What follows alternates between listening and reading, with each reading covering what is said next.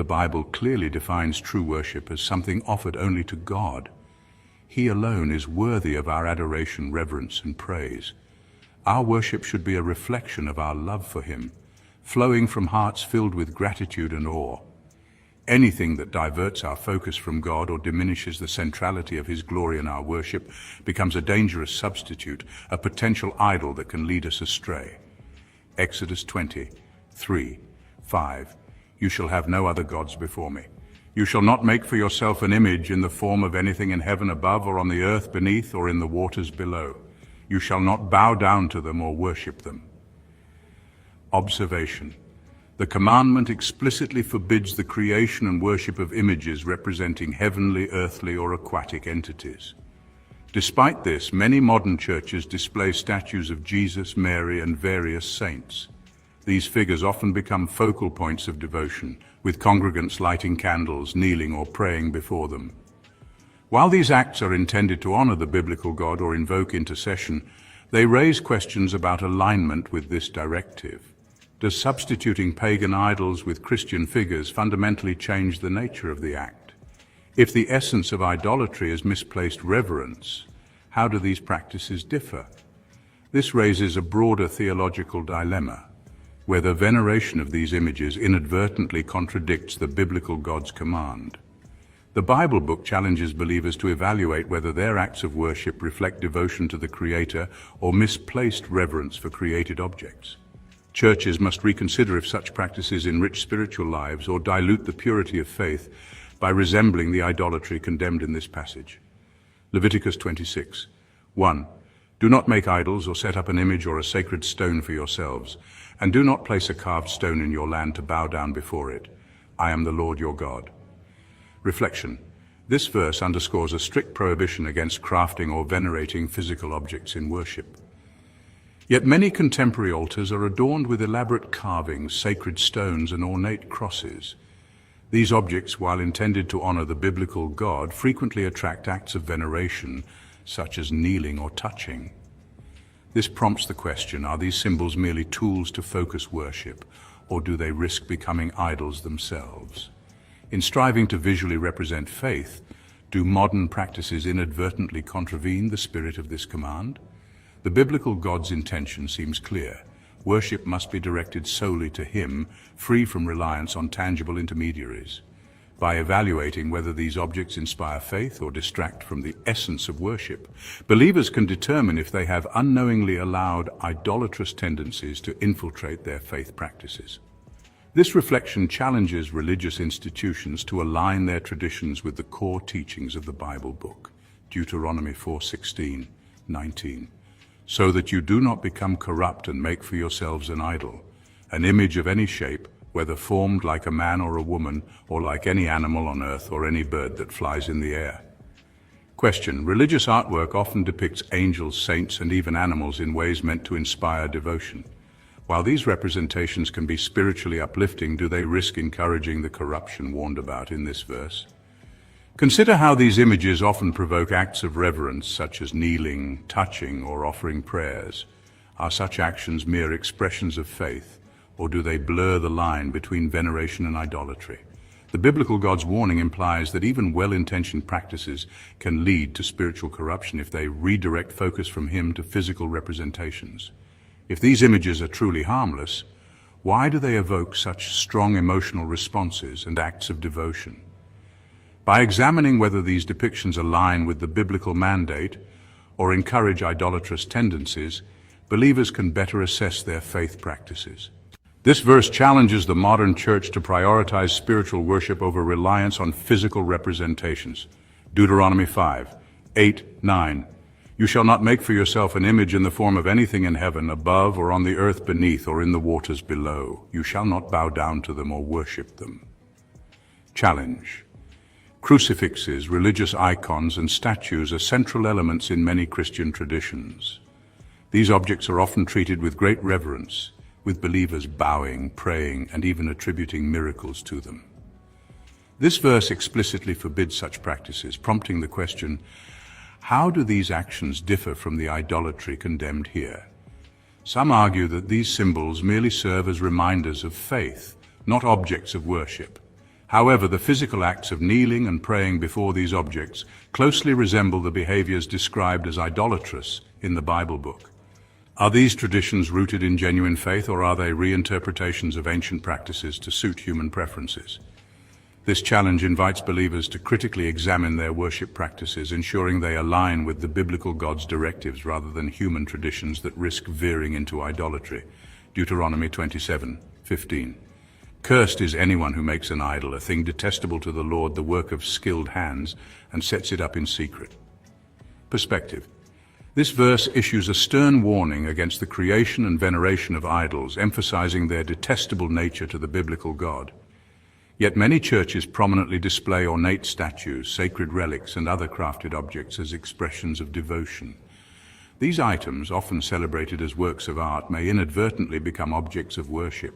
If the biblical God detests these creations, why are they so widely embraced and even celebrated within religious settings? This contradiction raises questions about whether such objects genuinely reflect faith or betray its essence. Are these items tools for connecting with the divine, or do they obscure the purity of worship by shifting focus to human creations?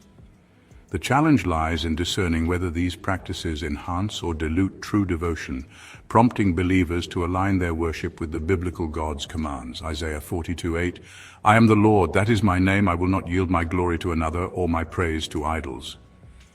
Insight. Worship practices often shift focus from the biblical God to objects or figures such as revered statues, church leaders, or religious icons. This verse emphasizes that the biblical God's glory and praise are exclusive and must not be redirected. The question arises whether such practices dilute the essence of true worship by prioritizing creations over the Creator. Historically, religious institutions have justified the use of icons and statues as tools for devotion, yet the line between veneration and idolatry remains blurred. When people kneel before statues or direct prayers to saints, is it an act of faith or a subtle form of idolatry? The verse challenges modern believers to reevaluate their worship and ensure that the glory rightfully due to the biblical God is not compromised by human traditions or reinterpretations. If religious practices today are causing believers to focus on symbols rather than the spiritual connection with the Creator, it raises a critical need to realign with the essence of true worship as outlined in the Bible book, Isaiah 44:9-20. All who make idols are nothing, and the things they treasure are worthless. Those who would speak up for them are blind, they are ignorant to their own shame. Thoughts. This passage harshly critiques the creation and veneration of idols, calling them worthless and shameful. Despite this, many religious institutions display expensive artifacts and treasures such as statues, ornate relics, and lavish decorations. These items are often justified as symbols of faith, but they sometimes draw attention away from the divine and towards material grandeur. Could these treasures be modern blind spots, contradicting the biblical God's explicit condemnation of idolatry? The passage reminds believers that no matter how elaborate or costly these artifacts are, they hold no power or value compared to the Creator. Churches that treasure such items risk turning their focus from spiritual purity to material excess, echoing the very practices condemned in the Bible book. This passage challenges believers to critically examine their faith practices and to consider whether they truly honor the biblical God or inadvertently uphold traditions that detract from true worship. Jeremiah 10:3-5. For the practices of the peoples are worthless. They cut a tree out of the forest, and a craftsman shapes it with his chisel. They adorn it with silver and gold. They fasten it with hammer and nails, so it will not totter. Commentary. Modern traditions such as Christmas trees and nativity scenes can trace their origins to pagan practices, yet they have become central to Christian celebrations. These customs are often adorned with extravagant decorations and surrounded by festive rituals. While many argue that these traditions are harmless or symbolic, the passage raises questions about whether they echo the very practices condemned in the Bible book. Have these customs evolved into a form of idolatry, or are they merely cultural expressions of faith? The passage critiques the reliance on man-made objects for spiritual significance, urging believers to distinguish between genuine worship and cultural adaptations that might stray from the original teachings. It also challenges Christians to consider whether such practices align with the biblical God's commands or serve as distractions that compromise the purity of worship. Habakkuk 2:18. Of what value is an idol carved by a craftsman, or an image that teaches lies? For the one who makes it trusts in his own creation. He makes idols that cannot speak.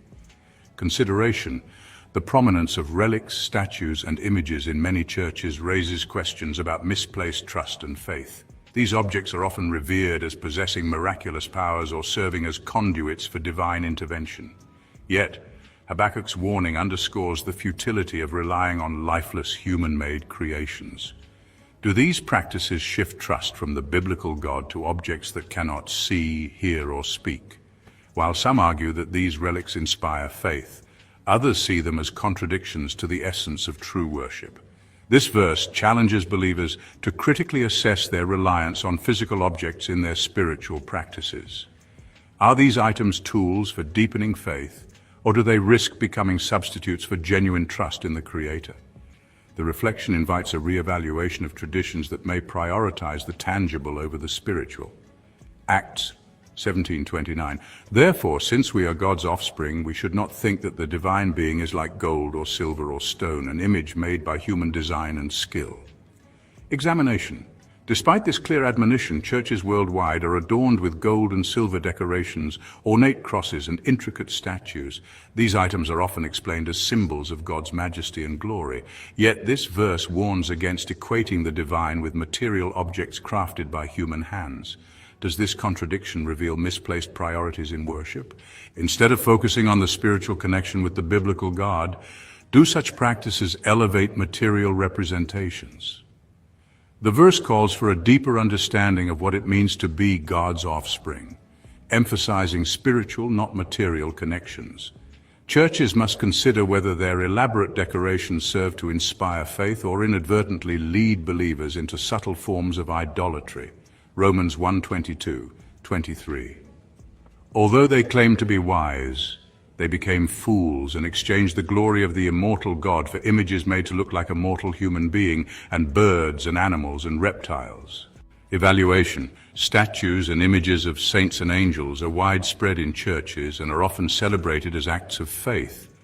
However, this verse critiques the exchange of the biblical God's immortal glory for mortal representations. Are these depictions wise tools for worship, or do they risk becoming foolish distractions? While they may inspire believers, there is a fine line between reverence and idolatry. This verse challenges churches and individuals to examine their practices critically, ensuring that the glory of the biblical God is not compromised by an overemphasis on human-made images. It invites believers to reflect on whether their actions uphold the biblical God's teachings or veer towards traditions that dilute true worship. 1 Corinthians 10:14, therefore, my dear friends, flee from idolatry. Reflection. The concept of idolatry has evolved, encompassing not just physical statues, but also subtle forms like celebrity pastors, traditions, and material wealth. This verse serves as a stark warning to avoid all forms of idolatry, urging believers to stay vigilant. Modern idolatry can be deceptive, as it often masquerades as faithfulness or devotion. How can believers discern and flee from these hidden forms of idolatry? The verse emphasizes the need for constant self-examination and alignment with the teachings of the Bible book. By prioritizing the biblical God above all else, believers can navigate the complexities of modern faith practices and avoid the pitfalls of idolatry. 1 John 5:21. Dear children, keep yourselves from idols. Warning. Idolatry today is not limited to physical objects. It extends to rituals, leaders, ideologies, and even material success. This verse urges believers to remain vigilant and guard their hearts against anything that could replace the biblical God's rightful place. Are modern idols less harmful than the ones explicitly condemned in the Bible book? This warning calls for introspection and a commitment to maintaining a pure, undistracted focus on the Creator. By identifying and avoiding these modern forms of idolatry, believers can ensure their worship remains true to the essence of the biblical God's teaching. Revelation 9:20. The rest of mankind did not stop worshipping demons and idols of gold, silver, bronze, stone, and wood, idols that cannot see or hear or walk. Observation. Despite clear warnings throughout the Bible book, the veneration of objects made from gold, silver, and other materials persists in many religious practices. Are these acts of faith, or do they reflect humanity's stubborn attachment to tangible symbols? This verse challenges believers to reconsider their relationship with material objects in worship, emphasizing the futility and danger of idolizing lifeless creations. It invites a deeper reflection on the true essence of faith and worship, urging a return to a focus on the Creator alone. Revelation 21:8. But the cowardly, the unbelieving, the vile, the murderers, the sexually immoral, those who practice magic arts, the idolaters, and all liars, they will be consigned to the fiery lake of burning sulfur. Challenge. This verse includes idolaters among those facing divine judgment, highlighting the seriousness of idolatry. Modern religious practices often blur the lines between genuine worship and idolatry, risking spiritual consequences. How can believers ensure their faith aligns with the biblical God's teachings and avoids the pitfalls of idolatry? This challenge underscores the importance of self-reflection, a commitment to authentic worship, and a rejection of practices that might lead away from true faith. By focusing on the essence of the biblical God's commands, believers can navigate the complexities of modern worship and maintain their spiritual integrity.